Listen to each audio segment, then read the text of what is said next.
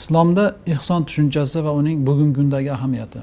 Yurtimizda asrlar davomida Qur'on, sahih hadislar va ulamolarning ta'limotlariga asoslangan holda vafot etganlar xotirasiga ihson va xudoyi qilish, Qur'on tilovat qilib marhumga bag'ishlash kabi amallar bajarib kelingan.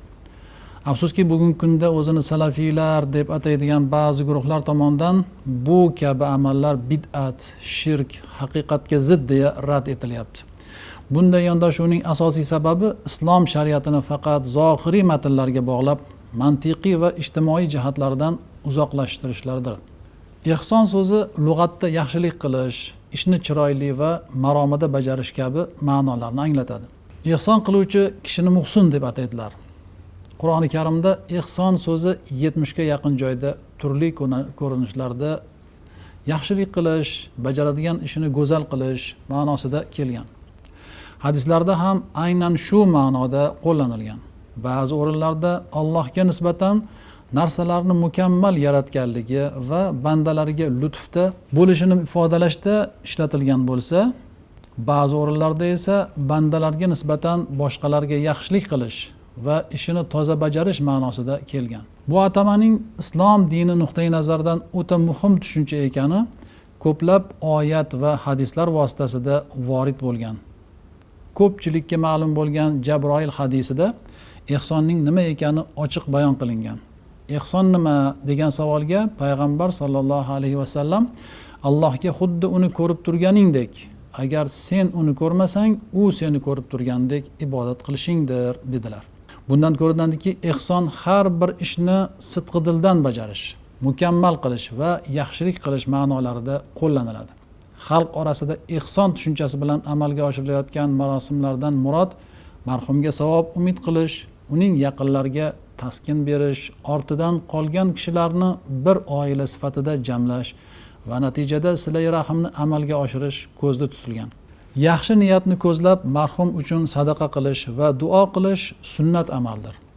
Abu Hurayra roziyallohu anhu rivoyat qilgan hadisda shunday deyiladi: Odam o'lganidan keyin uning amali to'xtaydi, faqat 3 narsadan unga savob yetib turadi.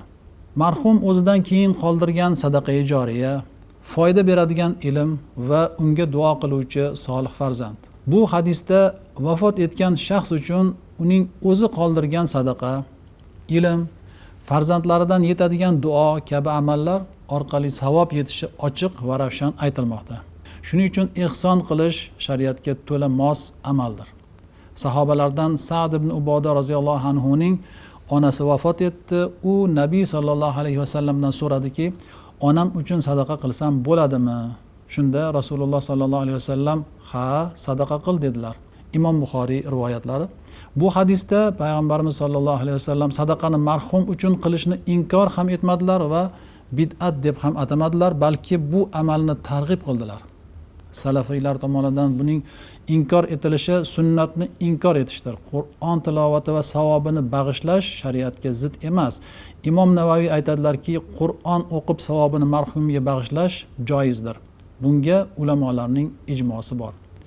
Faqih olimlardan Ibn Qudoma shunday deydilar: marhum uchun Qur'on o'qish, unga duo qilish va sadaqa berish shariatda joizdir. Bu amallar bandaning qiyomatdagi holatini yengillashtiradi. Faqih olim Ibn Obidin rahmatullohi alayh o'zining Raddul Muxtor asarida aytadilarki, Qur'on tilovati va uning savobini bag'ishlash joiz va savobli ishdir. Undan marhum manfaat oladi. Ihson va xudoyi kabi marosimlar milliy an'analar bilan ham uyg'un. Islomga xilof emas, faqat bu ish isrofgarchilikdan xoli, dabdababozlikka berilmay, me'yorida, yaqinlar davrasida ahillikda tashkil qilinsa maqsadga muvofiqdir. Salafiylar ko'pincha bu amallar arablarda bo'lmagan, bu islomda yo'q deb aytishadi, lekin shariatda har bir narsa faqat arab jamiyati bilan bog'lanmaydi. Aksincha ma'qul va manfaatli bo'lgan urf shariatda e'tiborga olinadi.